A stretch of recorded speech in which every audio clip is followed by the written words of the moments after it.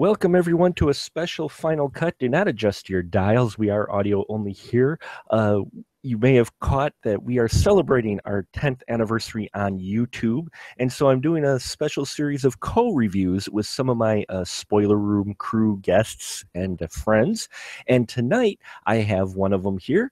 It is the lovely Andrew Shearer of Gonzorific Films. Hello, Andrew. Hey Mark, thank you for one for calling me lovely. I always appreciate that. I forget that I'm lovely, then you say it, and then I'm like, oh, right. And then then everything's cool. I'm honored to have been asked to do this, to participate. Love the show, like you a lot. And I I'm when you asked me to pick a movie, it was before I realized you were gonna do all those evil bong reviews. So now I feel like, you know, Well, whoops. well, the thing is now everybody's gonna might think I'm a stoner because I've watched all of these films. Yes, folks, if you didn't catch our one with Mr. Glenn Bittner on these special co-reviews, I actually had my guests pick the movie that we would talk about for the episode. And so today we're talking about 2001's How High with Method Man and Redman. Why don't you go ahead, Andrew, and give the synopsis of How High? How High stars hip hop duo Method Man and Redman, the Abbott and Costello of hip hop music, if you will. And they play a couple of guys who get into Harvard by smoking the ashes of their really smart, recently dead friend. That's an excellent summary. And yeah, when I remember when this came out, I was like, okay, because Method Man and Redman, they were kind of hitting their popularity point at this point, weren't they? They were really everywhere, just about. Yeah, they'd been pretty huge since the middle 90s because Wu-Tang hit it really, really big when I was in high school. And that's where Method Man came from. And then at the same time, Redman, he was coming up as well he was featured on I guess one of EPMD's records, Business as Usual, which is really awesome. He was a guest on there. And they, yeah, they just got Redman's albums were really popular, and Meth solo stuff was really popular. And they were, oh god, man, they'd both been on like a Tupac song together, Mhm. Notorious B.I.G. They were just, yeah, it was, rock and roll was like my parents' rebellious music, and hip hop was that was the culture I came up in. So they were all over the place, and I loved that stuff. So Now, I will admit, this is the first time I actually watched this film. So it was a new experience for me, and I have to say, I really enjoyed it. Um, yay. it what surprised me was the type of humor that was in here because when you think of when you're hearing about it, a couple stoner guys smoke the ashes of their friend and get into Harvard, you're like, oh, geez. But there, I liked it because it felt like there's real effort put into this. They weren't just doing your standard kind of stoner humor in here. There's a little bit of underlying messages occasionally in this film through the humor, aren't there, Andrew? Or was I over interpreting maybe? Uh, I mean, obviously, yeah. I mean, because there's a with the whole Harvard thing and the whole class issue thing, they don't skirt around issues of race, and so Mhm. it's like at every turn, what people expect out of these two characters, Silas and Jamal. That's sort of how they play this whole thing. They're like fish out of water type stuff, and they're very aware that no one expect they just want them to disappear. No one can believe they're even there. And of course most of the people they meet are white people. Mhm. Yeah, and I like that part, and also the thing in there with the expectation. We this isn't quite your standard fish out of water story. It seems like it on the surface, but as the film goes on, it feels almost like an older school Zucker Brothers comedy in a lot of ways, more so than say your newer type of parody comedy, because there's that silliness, but there's also some not serious moments, but moments where they're not trying to just be goofy. At least that's what I got from it too. And now Method Man, I will say between the two, Method Man I thought was a bit had a better performance in here. Now, had he done a lot of acting? Was this their first film? It was the first one together, Hmm. and I don't recall them ever doing another one together. They did a TV series that was really terrible. Yeah. But Redman just isn't. He was one of the leads in Seed of Chucky. He had that Hmm.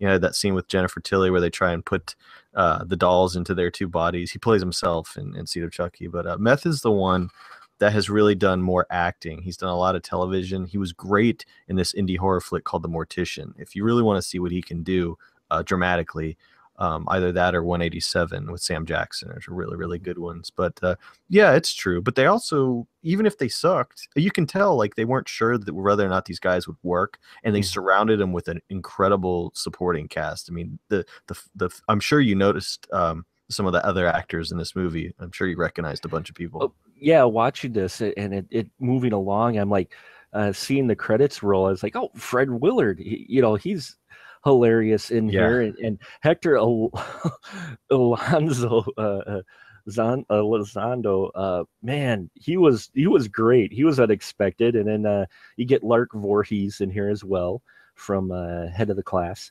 She's in here, and I just loved how it almost seemed like things just kind of flowed in this world they design as well, where you get the vice president's daughter is there and she and you get all these moments in here that I think are unexpected for a film like this. And even when the pimps show up, uh all of it seems to be in good spirit. I liked the script. I really did. It had that earlier late 80s, early 90s comedy feel, even though it was made in 2001.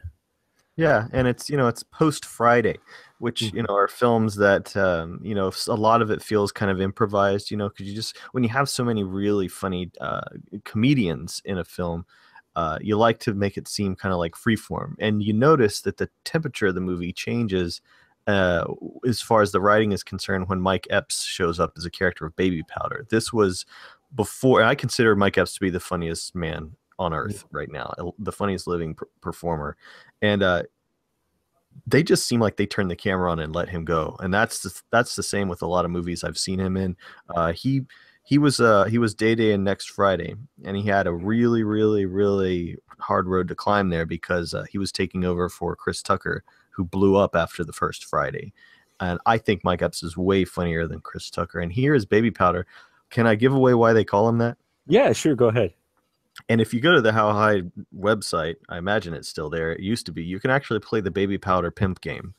And he basically, before he slaps Hose or anyone, his assistant puts baby powder on his hand. And I remember the How High website. God, I wonder if that's still up. You could actually play it's like kind of like whack-a-mole, except Yeah. for it's baby powder pimp slap. And the little heads come up of the cast, and you pop them in the face.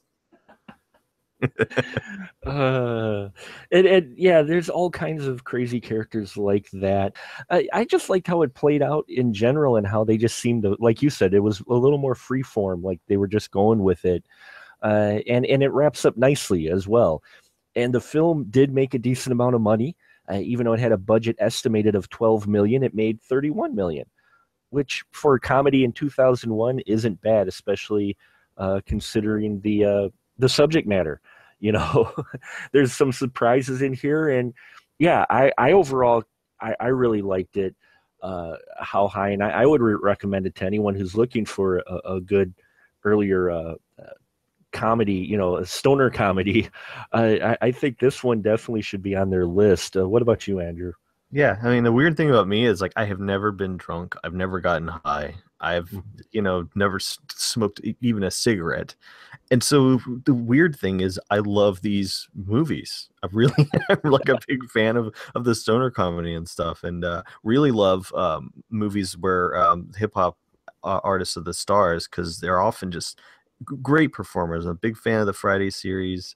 And I even love like The Wash with Dr. Dre and Snoop Dogg about the car Mhm. wash. But this one to me, I think why I picked it was just because of how dark and bizarre of a Mhm. of a story it kind of is. It's almost like real genius, but with elements of the supernatural and horror. And there's kind of it is unique in the pantheon of stoner movies. A lot of them get weird, but none of them get, I don't think, as weird as this in the way that it gets weird. But also of note, just if I could say, some of the other cast in here. By the way, I don't know if we mentioned this before we were on. This is Bob Dylan's son, Jesse, that directed this movie. I don't think he did anything else. No, he hasn't really done much else. but it's crazy that happened. Cypress Hill has a cameos themselves. There's a scene of Tracy Morgan and Garrett Morris, two SNL vets, on screen together. Tracy Walter, who was in Repo Man, Batman, Silence of the Lambs. The mom from Friday, Anna Maria Horsford. And Spalding Gray. And Spalding plays Gray, a teacher. Yeah. That's right, Spalding. Right? It's just like, what the hell? Just a few years before he died, he was. So I don't know. It's just I don't ever hear anybody talking about it. And it was between this and Major Payne with Damon Wayans, to be honest with you, as far as my picks go. But I still feel like that one kind of has a bigger cult following. I always try to like pick a cult movie that doesn't have a very big cult following. I never hear anyone talk about How High, and I love it. I think it's really great. Yeah, and it was a surprise to me. It wasn't just the Red Man, Method Man show, which I kind of felt when I first saw it. The trailer for it in 2001, I kind of thought that maybe that's what it was, because it was during their height. So I was just like, oh, here we go, because some of them are like that with stars. It's just, the show of the stars, and everyone else kind of takes a side. But no, they set out and made a funny, entertaining film that I thought has some smart moments, like you mentioned, some dark moments. And oh God, yeah. Weren't you shocked at some of the stuff? Yeah, some of the stuff that happened, I was just like, wow, they went there, or they did that joke, Yeah. And of course, the most awkward geeky guy is from Wisconsin. So, oh, is he? Yeah, that's Justin Urich, who was later in Monster Man, another cult movie I really loved. Yep, Justin Urich plays Jeffrey, who is a character from Wisconsin, where I am from and live and raised. So, well, you did have trouble pronouncing Elizondo. I did. So there you go. So we're going to wrap it up here.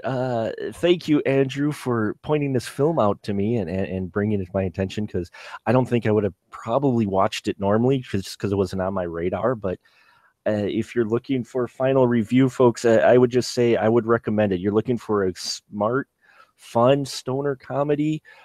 This one's definitely different from a lot of the rest, especially the Evil Bong series, which I covered. Sorry.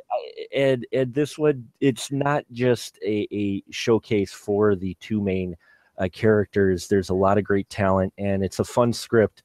It's a little surreal, but I think you'll have a lot of fun and end with a smile on your face. So, Andrew, really quick, why don't you tell people where they can find you at?